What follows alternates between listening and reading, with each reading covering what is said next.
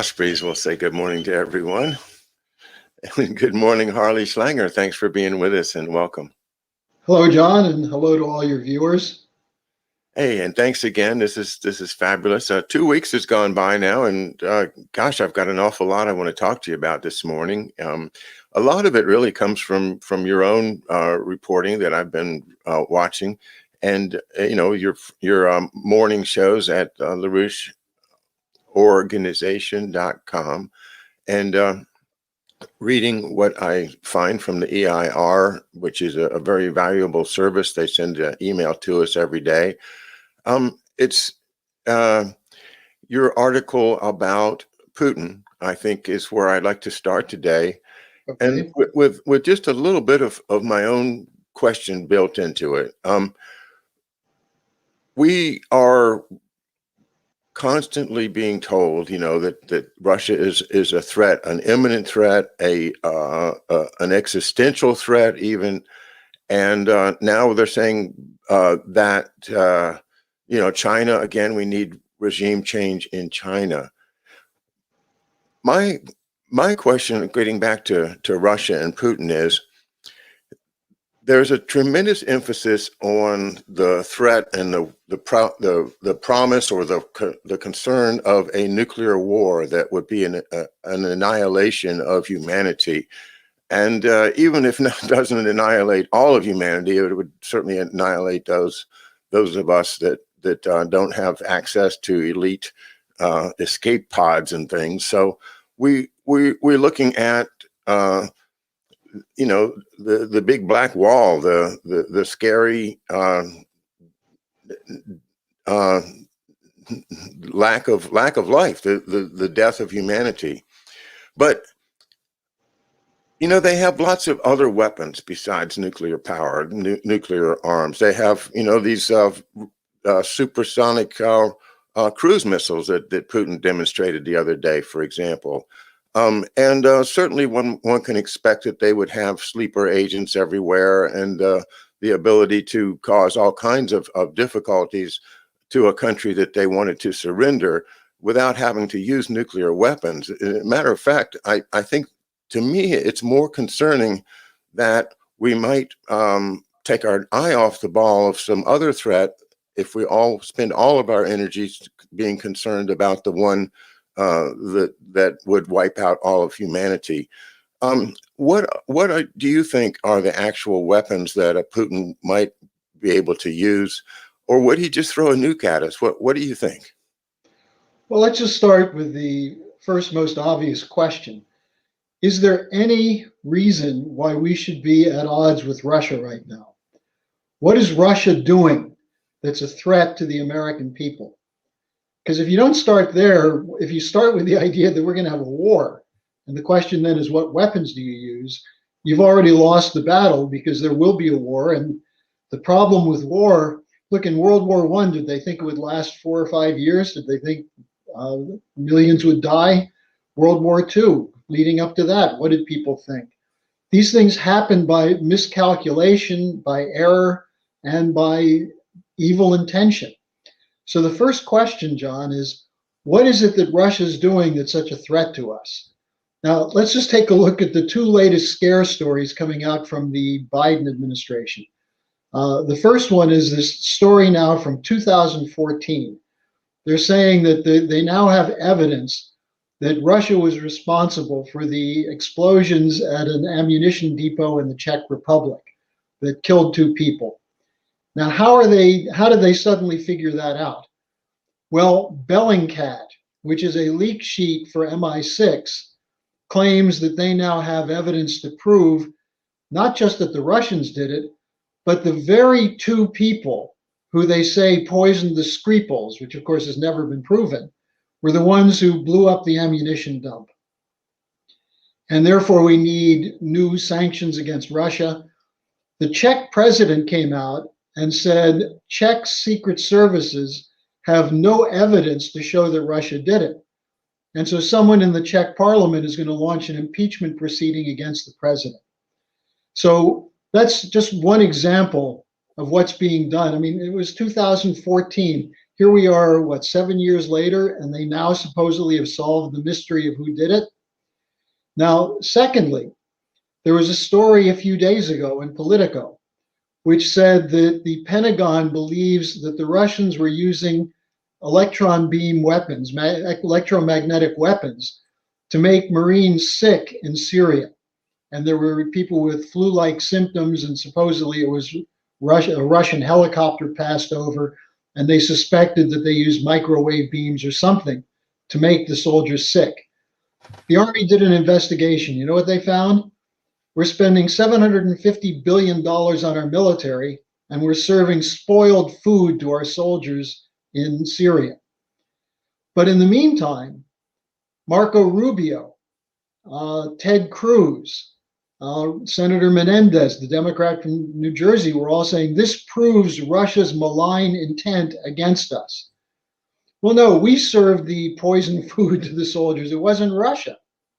Now that you have the other story up there, now they're saying that maybe Russia is using microwave weapons against US embassy workers. You know, these are just unsubstantiated anonymous leaks that are being used to build a case, just as Russiagate was.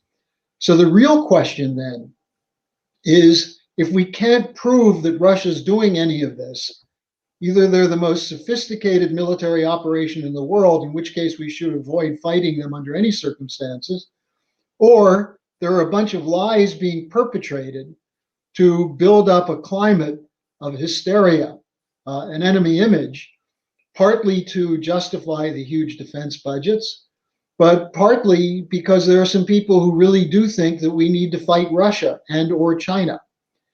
So I would say that is the first point. I don't think there are warlike intentions by Putin. I don't think there's an imminent danger of a war unless hotheads from NATO, from Ukraine, or from the US military do something that leads to an accidental confrontation that could then lead to a war. Would Russia use nuclear weapons? Well, what Putin has said is that if he feels that the security and safety of the Russian people is threatened, then he would use any and all capabilities that he has, but he doesn't want to do that. So the Russians also have asked, why don't we sign something that says we would never use nuclear weapons first? The Chinese have also asked us that, but the US military won't do it. So I think the question we have to ask is, do we have leaders who intend to carry out a nuclear chicken game, knowing that they may not be able to stop it if it gets going? That's the danger. And that's why we are calling on governments and people in government to renounce this kind of provocative geopolitical confrontation. Well, I applaud that, and I agree with you that I haven't seen the evidence of Russia or China being an imminent threat that should trigger us to be, pushing up to the limits of their borders and trying to support things that are violating the sovereignty of Russia, especially in the Navalny case. Yeah. So, I want us to get back to respecting the sovereignty of all nations, which I think was John F. Kennedy's idea. And that's where we got diverted from that. And we've never been able to go back and respect the sovereignty of all nations. And instead of that, we have this idea called the rules-based order now that you called the other day. And I wrote this down because I thought it was a memorable description. The rules-based order is a looting operation and a genocide machine. Thank you for saying that. It takes people like you to put these things in a proper perspective. Why that now? Someone that was thinking, well, that's just the people that want to impose their own rules. It doesn't mean that they're genocide. Come on, you're exaggerating. Fill it out a little bit for us. Why do you go to why do you use the genocide word and looting operation in describing this rules-based order that Tony Blinken has been pushing? Well, where did the idea of a rules-based order come from? In the most recent incarnation, it came from a 1999 to 2004 international campaign by Tony Blair. Blair gave a speech in Chicago, and he said, the world has lived under the Westphalian Agreement. That goes back to the Treaty of Westphalia in 1648, which ended the 30 Years' War, where nations made an agreement to respect the borders of other countries and for non-interference in other nations' affairs. And the only justifiable reason to do something different is if you're attacked, physically attacked and in danger. Other than that, you don't mess with other countries. You let them have their own sovereign decisions. Blair said, look, we can't do that anymore. And between 1999 and 2004, he put forward a series of ideas which became known either as responsibility to protect or the rules-based order. And who makes the rules? Well, what rule did Saddam Hussein break? You know, if you look at the problem with Saddam Hussein, the crime that he committed that is known was the use of chemical weapons in the war against Iran in the 1980s. Who supplied him with the chemical weapons? Who backed him? The United States did. And then when he started winning the war, who started sending arms to Iran? The United States did. Is that a rules-based order? Well, that's why I say it's a looting operation. What they had against Iran and against Iraq is these were two nations struggling with internal problems, with different religious sects, with different tribal and ethnic groups, the Kurds in both countries and so on. But they were trying to create a stable situation. And it's not a very nice neighborhood to start with. But who are we to tell the people of Iran and Iraq who their leaders should be, who they should fight wars with, what kind of weapons they should use? Now, then what happened with Iraq? Well, the Iraqis were talking with other countries about the possibility of breaking with the petrodollar system, moving to possibly some form of basket of currencies or various other ways of reaching agreements on different currency relationships. They were looking at other options. And this was immediately described by the International Monetary Fund as unacceptable. Why?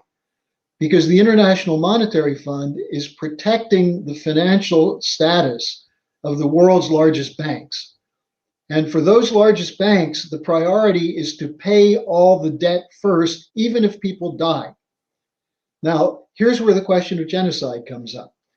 What happened after the invasion of Iraq by George H.W. Bush in 1991? Well, when Clinton came in, under Madeleine Albright, we carried out a sanction regime against Iraq. Why? What did Iraq do? Remember the stories that the Iraqis were tearing Kuwaiti babies out of incubators and killing them? It was a complete hoax. It was a lie. It was another one of these false flags. But we created this idea of Iraq as an enemy.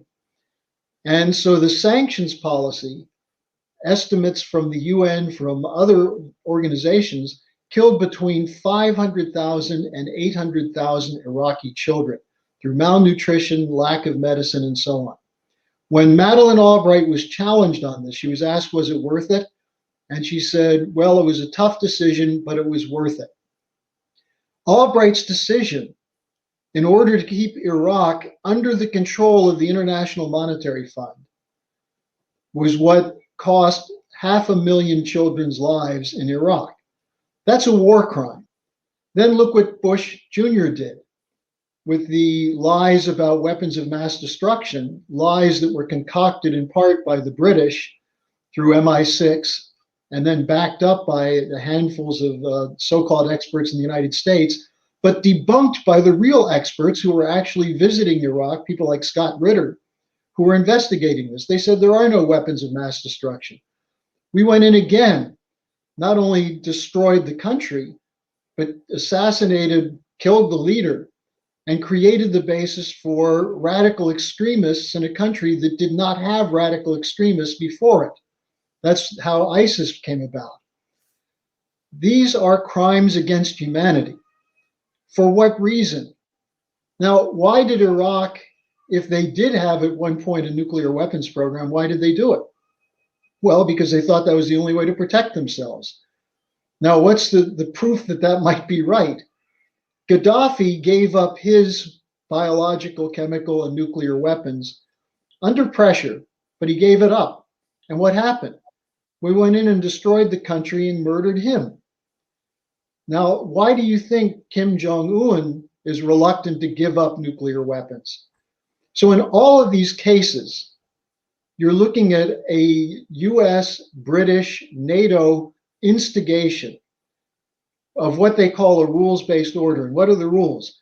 You're not allowed to break with the International Monetary Fund policy.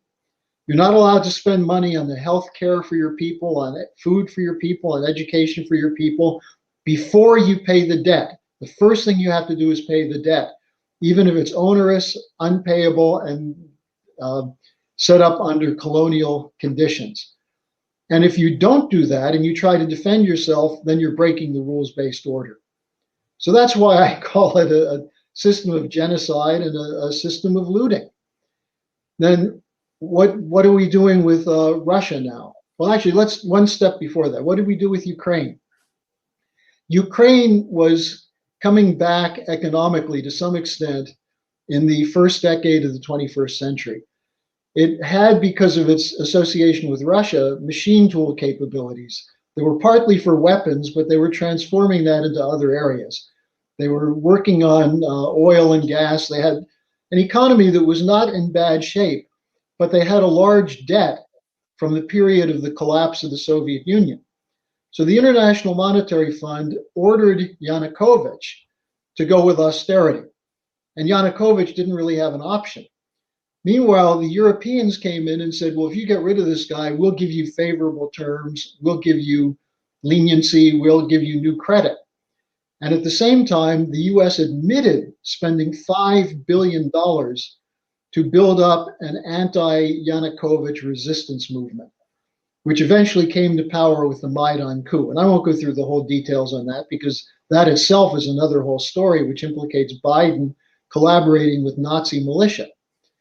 But once Ukraine was overthrown, did the EU give them easy credit? Did the EU work out a trade agreement? Did the EU help build them up? No, the standard of living in Ukraine has dropped further. So with the promise that they would help them, they overthrew a government and then imposed austerity conditions which have worsened the situation in Ukraine. And then they blame it on Russia for the Crimea annexation and for the war in the Donbass, which is largely because the Ukrainian government won't accept the agreement they made in the so-called Minsk Treaty. So I could go through 10 more cases like this, John. This is what the rules-based order is. And today the rules-based order is you have to accept the Great Reset. That is central banks dictating economic and spending policy. And it has to be a Green New Deal. And if you don't go along with it, you're going to be in trouble. And Jake Sullivan on This Week on ABC the other day said, we, the United States, must be the green energy superpower, not China or anyone else. That was a very blatant expression of what they mean by a rules-based order. So this is what I've been writing about in my last few articles, that we're seeing. I didn't even give the most blatant case, which is the current case of Syria with the Caesar sanctions, where the UN, the Catholic Church, and others are saying that 90% of the Syrian people are now below the poverty line, and millions are facing food insecurity, malnutrition, and potential starvation. Why? Because ISIS and Al-Qaeda didn't overthrow Assad, so now the United States has no military option to overthrow Assad, so they're going to try and rile up the Syrian people against the government by starving them. That's Nuremberg criminality. And people who do this, now including people like Blinken and Biden, should be brought up in front of the International Criminal Court if they don't drop these sanctions. So we're doing the same thing to Syria that we, and I hate to say we, did to Iraq. The same thing is going on in Yemen, right? And we could also talk about Venezuela. What comments would you make about Venezuela to bring it back to this hemisphere? Well, you have people running around saying that Venezuela has Chinese missiles and Russian nuclear weapons and is being prepared as an outpost. It sounds a lot like the old Cuban Missile Crisis, doesn't it? Only this time they don't have any pictures. At least Kennedy had spy plane photos of actual building of nuclear weapons. There's none of that that's available. What is the crime of Maduro? He's trying to feed his people. He's trying to take a very poor situation, because they did run into a problem of spending money that was not effectively deployed, but it was also because they had debt that they had to pay off. So now they're being told either you use all your oil revenue to pay the debt, or you're an international outlaw. And they accuse Maduro of planning to invade other countries. And in fact, what was it? There was a charge, or there was an attempt to do a Bay of Pigs against Venezuela. So I think Max Blumenthal has a very good article that came out recently, or maybe it's Ben Norton, who writes for the Gray Zone, on how the U.S. is preparing for a possible invasion of Venezuela. For what? What's their crime? We still have sanctions against Cuba that go back to when Castro took over. So, the idea that sanctions are a non-violent way of bending countries to accept the rules, those sanctions are brutal, barbaric. They're a form of warfare. As Colonel Richard Black said in an interview with me recently, Black is the former head of the Criminal Law Division of the Pentagon, a very dedicated American patriot, a Trump supporter, a former Republican state senator from Virginia. And he said that what we're doing in Syria and Venezuela is a crime against humanity. So, I think this points to the criminality in the thinking of the globalists. And you made a good point before, John, when you said, I hate to say what we're doing. We, the American people, aren't doing it. We're not getting any benefits from it. How does it help us to overthrow regimes and plunge people into poverty and chaos? It doesn't. It actually provides a breeding ground for terrorist recruitment and anti-Americanism. So, and this is a point that Trump correctly made when he said we've got to stop these endless wars. We're spending money to create enemies and kill young Americans for no purpose. And he wasn't allowed to stop the wars, was he? No, he wasn't allowed to. That's exactly right. And when he had to bomb Syria, I remember, and he hit something that was of basically no military value or something, just to satisfy the demands of those people that were saying bomb Syria.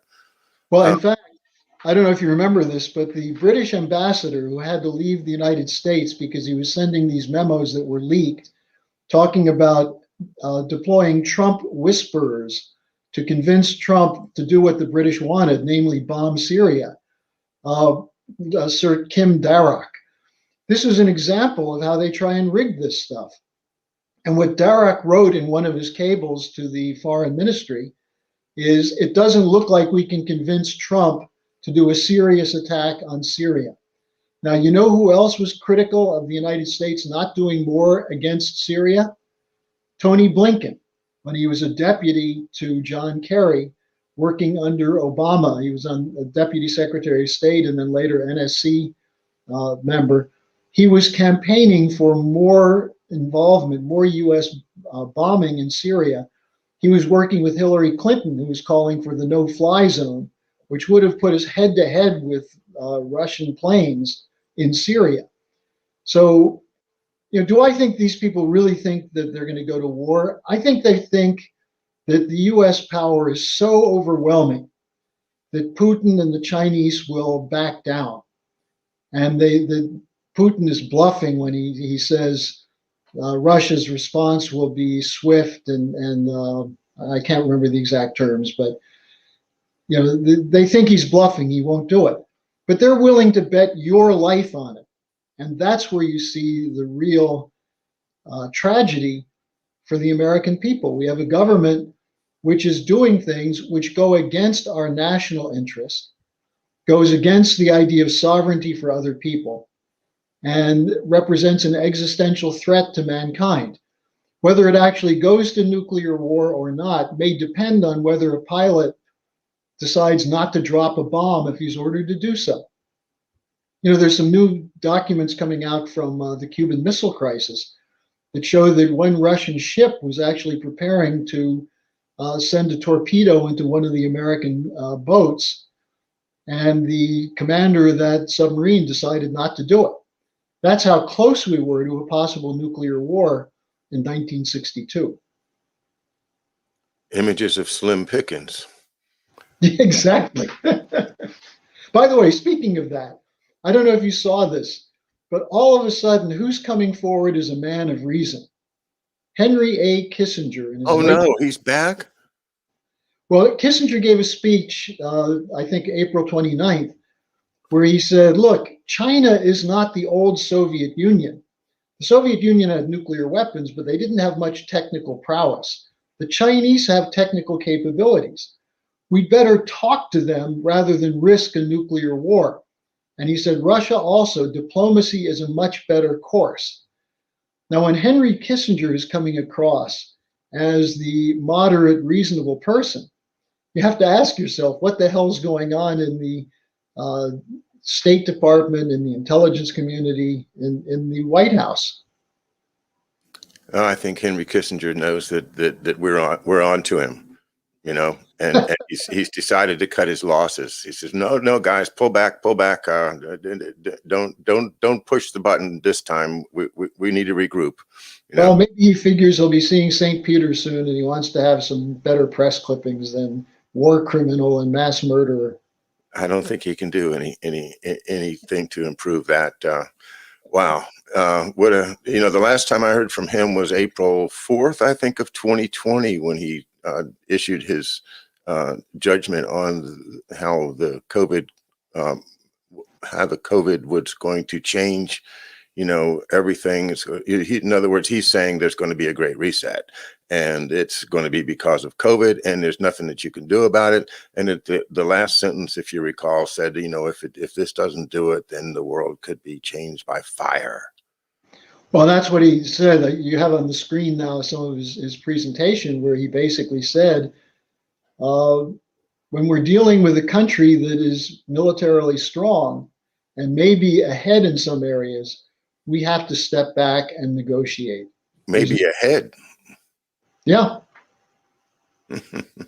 Well, if they are, he had something to do with it. Well, if you look at it, the question that comes up now that some people are saying is that, well, the U.S. built up China. Well, the U.S. had no intention of building up a superpower in China.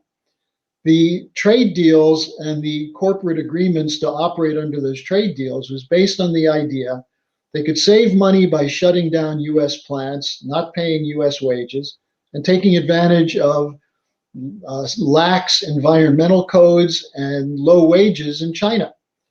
And what they assumed was the Chinese would just be so happy to get the jobs that they'd go along with it. But the Chinese had a different view. Their view was, why should we be the colonial pawns for Western corporations? Why not learn from those corporations? Why not develop our own scientific and technological capabilities? And while there was probably a certain amount of patent violation and things of that sort, the Chinese also have gone in whole hog in science and engineering. They're turning out more PhDs in advanced physics in a year than we are in the West in 20 years. They have, you go to places like Caltech, and what do you see? People from China. They're coming here to get an education. They're taking it back, and they're filing more patents now by far than the rest of the world. So, you can underestimate them if you wish. I mean, a part of that is racism, anti-Chinese racism. But the fact is they are making advances.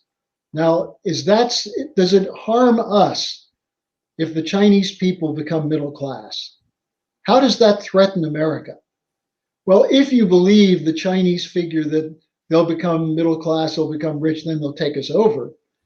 If I were in China looking at the United States right now, I wouldn't want to take over the United States. The United States has a lot of work to do, which we're not doing. And the Chinese are concentrating on South Asia, on Africa, on doing things that are of benefit to other nations. But remember, Xi Jinping said to Trump, join us in the Belt and Road Initiative. And companies like Caterpillar and others were willing to do that. But people like Marco Rubio stepped in and said, no, we're not going to let them steal our patents and our technology by working with them. So instead of a win-win, which is what Xi Jinping talks about, that is working together to benefit both nations as well as third parties, we're in a lose-lose, heading toward military confrontation and blaming the Chinese for the problems that are self-inflicted. And again, Trump was right on this. Trump said the trade deals were not negotiated by the Chinese and imposed on us. We adopted them. The United States adopted the trade deals for the sake of the corporations, not for the sake of the Chinese. Well, that's Kissinger's brief, is it not, to make money for the corporations? Sure, Kissinger, his whole career was operating on behalf of these corporations. There's a famous speech he gave in 1982, which gets to this question of the British role. And Kissinger was speaking somewhere in England, and he said that when he was Secretary of State, he had a closer working relationship with MI6 and Chatham House than he did with his own State Department. And he said many of the papers he used for the planning for US-Russian relations were British, came from the British. He admitted, in a sense, to being a British agent, because he, in his famous book, A World Restored, I think it was his doctoral thesis about the Congress of Vienna, wrote about how brilliant the British were in the way they set up the post-Napoleonic era, and that the US had to learn from that. And what was he talking about? What Kissinger called realpolitik, or balance of power, is just a different term for Halford mckinder's geopolitics. And folks that haven't quite caught on to Mackinder yet, give us a brief thing on him. Well, Mackinder was an operative of the Royal Geographic Society who, between 1899 and 1904, as Britain was moving into a new phase of imperial expansion, wanted to develop a coherent concept for it. And so he drafted a paper that he delivered to the Royal Geographic Society where he talked about how geography plays a role in the relationship of nations, and that the British have to be very mindful of the threat if you had a Eurasian alliance with Western Europe. Essentially, the idea that Russia, France, and Germany might possibly form an alliance based on a model of the American Transcontinental Railroad, building railroads from the Atlantic coast of France to Vladivostok in Russia on the Pacific coast. That was a threat to Britain's control of world trade. So Mackinder put forward a concept that if Eurasia and Western Europe come together, with the pivot being Eastern Europe, then that will end the power of what he called the outer rim countries. And so they had to, there you see it on the screen, the pivot area. They had to make sure there was constant conflict in those areas. This comes out of the 19th century wars in Afghanistan, the so-called Great Game, the Crimean War. But when France and Germany were talking about joining Russia in the Trans-Siberian Railroad, And when Germany under Bismarck was talking about the Berlin to Baghdad Railroad, the British had to act. And what they did was they built their navy, but they did everything they could to weaken France, Russia. They financed Japan in the Russo-Japanese War of 1904-1905. They tried to finance a revolution in Russia in 1905. France was humiliated over and over again during that period. And the British brokered the Entente Cordiale between France and Russia as an anti-German policy. And so World War I was based on, not, I would say Mackinder caused it with his writings, but his writings reflect the views of the liberal imperialists running England at the time, Great Britain, who were committed to this idea of using conflict, whether it's geographical, religious, national. You use the conflict to prevent nations from working together. And it worked perfectly in World War I, except for one thing. Large numbers of people died. And that's the reality. I mean, one other example of that was, remember, World War I included a fight between the Austro-Hungarian Empire, the declining Habsburgs, the declining Ottoman Empire, and what they hoped would be a declining Russian Empire. So they helped finance revolutionary movements in Russia, including the Bolsheviks. They were involved in the Middle East to build up a so-called Arab national movement against the Ottomans, who were collapsing. And they did everything they could to sponsor Serbian nationalism and the breakup of the Balkan states, to break it out of from under the Habsburgs. So that's what led to World War I. Wow. I'm tempted to jump into the World War I discussion, but anyway, the Habsburgs, I think, is where I can go from there, because this is a relevant, I guess, a bundle of wealth that seems to still exist. Some people trace it to the Roman Empire, even, and you know, the donation of Pepin, and going all the way back a long, long way to assert the idea that, yeah, the Habsburgs still have a lot of money and a lot of power behind the scenes. And that brings me to my question: what is the relationship between the Habsburgs and the Bilderbergs, the Habsburgs and the Klaus Schwab World Economic Forum, and that, of course, is the Great Reset? Well, the Habsburgs may still exist with a certain amount of money, but what they did, what they launched, is much more to the point. Their whole idea was a pan-European union, the Kudnov-Kalergi plan, which was to make sure that instead of nation states, you had some kind of umbrella over and above the nation states. It was the origin of the modern anti-sovereignty or modern globalization idea, where they could pit different groups. For example, look what happened in the Balkans in the 90s, where you had Kosovo, you had Serbia, Slovenia, all these different countries, right, or part of Yugoslavia breaking apart and going to war. Who benefits from that? Did the people in those countries benefit? And in the end, NATO came in and Clinton bombed the hell out of the area. And then we blamed the Serbians. So the Austria-Hungarian Empire was quite powerful in the 17th and 18th century. Remember, at the time, it was the Holy Roman Empire. Right. The Habsburgs at one point controlled Spain and Central Europe. So it was a big deal, but it degenerated, as all empires do. But the ideas they generated for keeping empire, that's what the British studied. They studied all previous empires and took bits and pieces of what worked and what didn't work.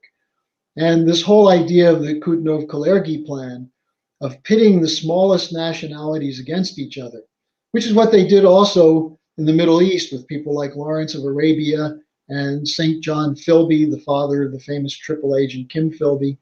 When they picked out which tribal chiefs they would back against other tribal chiefs. It's the divide and conquer strategy, which today we see in the United States, only it's called now identity politics. How do you divide people so there's no common mission, no common purpose? You identify smaller and smaller unifying factors, whether it's race, whether it's sexual orientation, language, religion, which block you live on, are you the Bloods or the Crips? This is classic counterinsurgency. And this is what the British were doing at Oxford from the time after the American Revolution. Actually, it predated the American Revolution.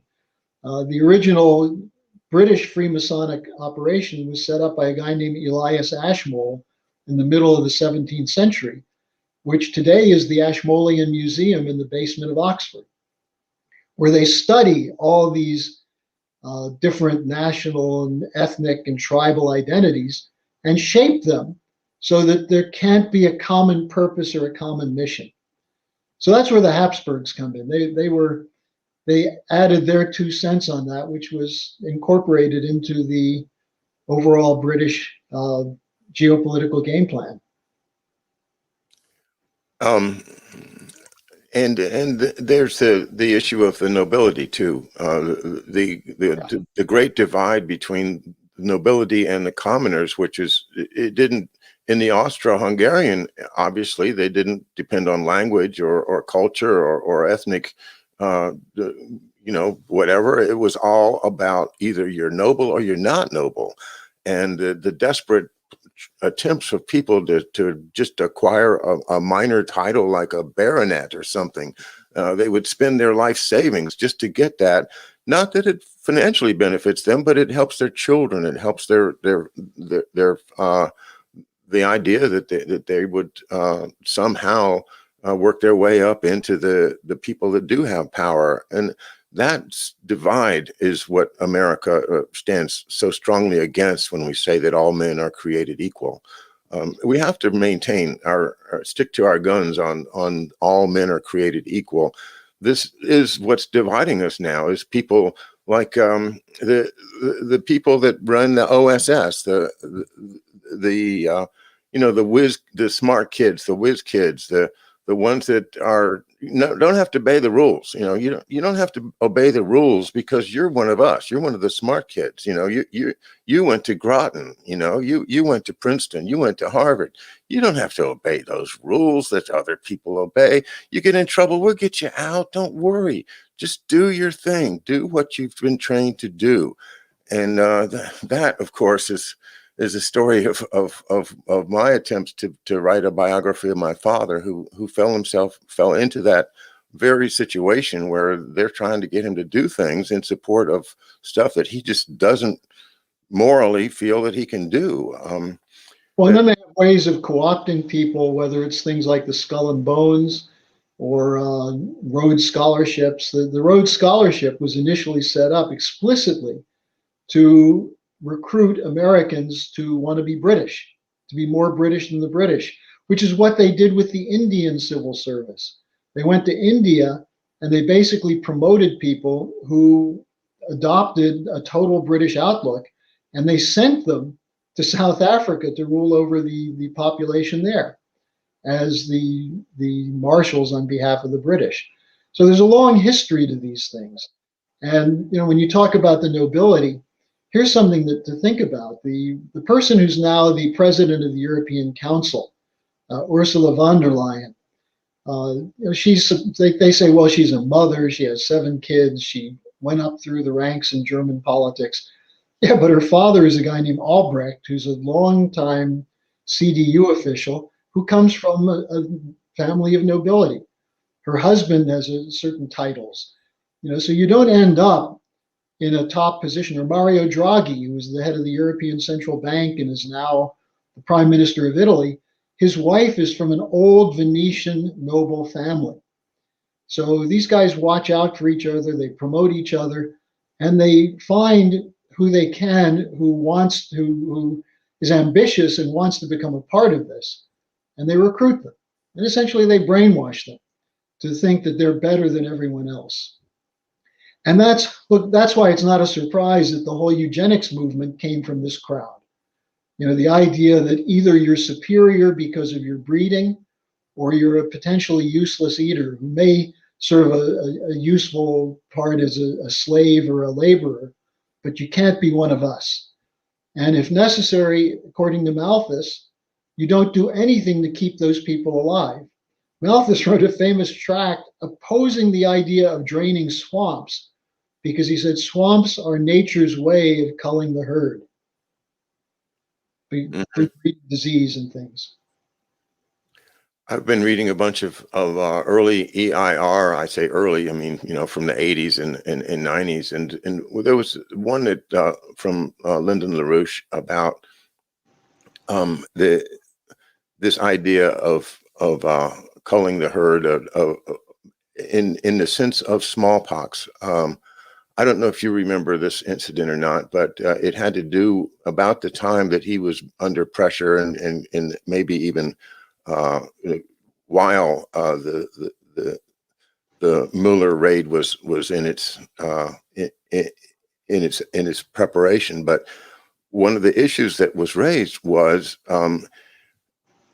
you've just about got smallpox eradicated, and then the program that's eradicating it decides to stop, and it's not going to eradicate the last vestiges of smallpox. And that Lyndon LaRouche objected to that and said, this is terrible. You've got to go forward. You got to get rid of it. And the suspicion was that maybe they're doing this to help cull the population, is the same function that the swamps would have fulfilled, according to Malthus's imagination. Well, there was a famous statement from Lord Bertrand Russell on the impact of science on society in 1954, where he said, the world is becoming overpopulated. War has so far been disappointing in its ability to keep the level of population down. And he said, a black plague every generation or so would serve the purpose so those who survive can continue breeding prolifically. So this is from supposedly the great humanist philosopher of the British system in the middle of the 20th century. Julian Huxley, who's very well known. He was one of the founders of UNESCO, the brother of Aldous Huxley. In 1946, he gave a talk in which he said, look, we have to face a problem. Eugenics now has a bad taint to it because of what the Nazis did, but it's necessary to keep the population at a controllable level. So what did he and his associates come up with? Environmentalism as a cover for population reduction. Yes, and is that not what we're seeing? And especially when you see all of these people, for instance, the children of Syria and Yemen and Venezuela and so many other horrible examples that are being forced upon people. You might say, well, sanctions is a war crime. Sanctions is cruel, is a crime against humanity. Well, it is. Well, maybe they're doing it on purpose, because they really are trying to get rid of these people. And this just happens to be a convenient excuse and say, well, yeah, we did get rid of 500,000 people, but we were at war, and you know how wars are. Well, it was a tough decision. A tough decision. Yeah. That's why LaRouche always called her Madeline Half-Bright. Who was one of her proteges? Susan Rice, who was in the Obama administration and now is a top person in the Biden administration. Samantha Power is the person who also was an Albright protege. Samantha Power was the one who came up with the concept of the responsibility to protect. But I want to make one other point here, John, which I think is really important to make. It's not just children in Syria or in Yemen who suffer from these policies. It's the children in the United States. Childhood poverty is at record levels now, despite the so-called booming economy, because the booming economy is for the billionaires and the people who can afford large amounts of stock and who have access to cheap credit from the Federal Reserve. I pulled together some figures today that have to do with housing. That in 2 months, the prohibition on evictions goes out the window, and also on foreclosures. And there are now 10 million renters in the United States who are significantly behind, in many cases up to a year, and they owe over $57 billion in back rent. Now, what happens at the end of June to those people? Well, will Biden give them another year of leniency? What happens to the landlords who own the property that have mortgages and can't pay it? So we're having economic policies that are threatening lives. And when you have also schools shutting down, there's something like 100,000 children in New York City whose only hot meal during the day was coming from school lunch programs. What happens when they're not in school? There's a huge problem in the United States of lack of health care, lack of housing, bad nutrition. And then you add to that unsafe environments where you essentially have, between gangs and drugs and a degenerate culture, what's the image of man that children are getting? It really is the Hobbesian view that it's the law of the jungle, survival of the fittest, the war of, as Hobbes called it, the war of each against all. How do you have a common purpose when someone has to find a garbage can to find their meal for the day in an area where there are lots of people who are looking in the same garbage can? So this is a breakdown of the system, a breakdown of the culture. And that's going to be the central topic of our conference on Saturday. And I'd really like to urge the viewers here to go to the schillerinstitute.com Saturday morning, 9 a.m. Eastern time, where we're going to have two sessions, two panels, one on the strategic crisis and the second one on the broader cultural crisis, including the pandemic, including the famine in the world, and what we can do about it. We're not just going to talk about who are the bad guys, although we will have a couple of speakers on sanctions. One of the people who's going to speak is Lyle Goldstein, who is a professor at the U.S. Naval War College, who's written some very powerful articles recently about how we're in danger of war with China. And if such a war starts, within hours, the decision will have to be made. Do we back off or do we go to nuclear weapons? So it's going to be a very important conference on looking at what are the causes of these problems, what do people believe who are causing them, and how do we overcome both the lack of commitment in the population. And some people say, well, people are indifferent to suffering. There's an element of that that's true, but the indifference comes from being told there's nothing you can do about it, so just submit. And that's the brainwashing that's afflicting the American people right now. Well, thank you for that. And that is this Saturday, May the 8th, beginning at 9 a.m. Eastern Time. I certainly plan to be there, and I would encourage all of my listeners to go to the schillerinstitute.com and sign up. They would appreciate it. I got a note from Marcia Maluk, and I think Helga would appreciate it. Helga's at LaRouche. If you sign up in advance, so they know what to expect in at least some idea. And if you sign up in advance, you can participate. You can have a chance of getting a question in. Okay, all right. Well, I bet you I'll come up with a question between now and then, Harley, for you. I think we can count on that. Okay. Well, Saturday morning, I'll see you then, if not before. And guys, I'm really I'm aware of a number of folks that may disagree with some of the things that Harley says. I want you to take that question directly to Harley. He has promised to answer you, and send it to his email, which is Harley. You want to give your email out one more time? Yeah, it's right on the screen now. HarleySch@gmail.com. Right. So if you find yourself thinking, hey, what's he talking about? Well, send him an email, and I'm sure that you'll get a reasoned response from Harley, a true gentleman and a person who I highly value as part of our mission here at Macduff Lives. Thanks again, Harley, for being with us, and thanks Andy DeBala and Neighborhood News Studio for the production. Once again, terrific job, everybody. Thank you all. See you soon.